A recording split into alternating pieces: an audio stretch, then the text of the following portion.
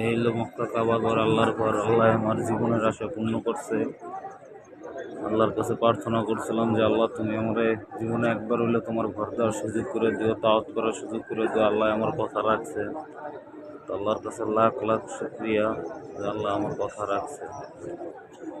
আল্লাহর কাছে একটা দোয়াই করছি, এখন একটু পরে থেকে মদিনা শরীফ রওনা হইব, নবীদের রওজা শরীফ রওনে। এইলো পুরো কাবা ঘর, এইলো ওই 120 তলার বিল্ডিং হইলো এটা। এটা মক্কার পাশেই একদম অবস্থিত। মিনার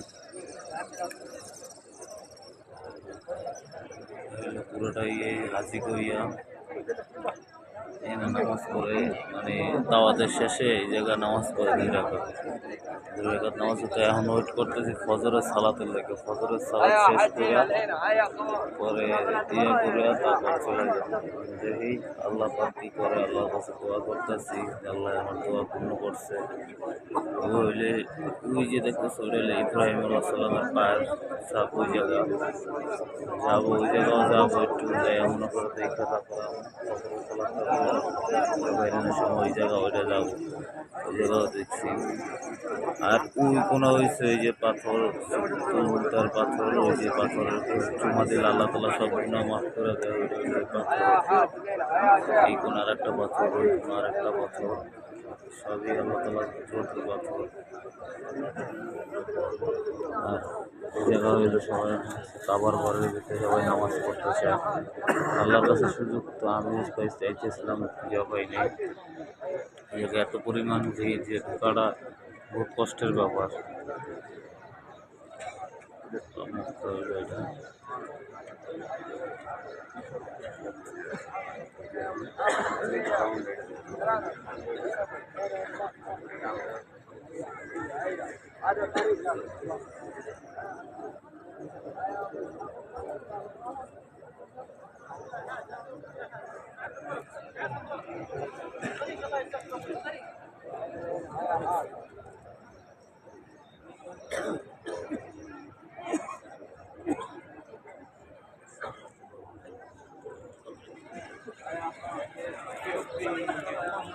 ওই সামনে ওই জায়গায় হলো জমজমের পানি, ওই জায়গায় যে জমজমের পানি খাবো একটু পর সালাদ শেষ করে ফজরে।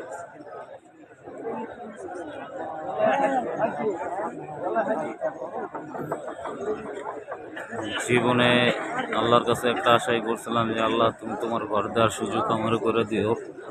আমি বাংলাদেশে বসে অনেক আশা করছিলাম, সৌদি আসার পর অনেক আশা করছি, তো আল্লাহ আমার সুযোগ করে দিচ্ছে। আল্লাহ আমার দোয়ার কথা রাখছে।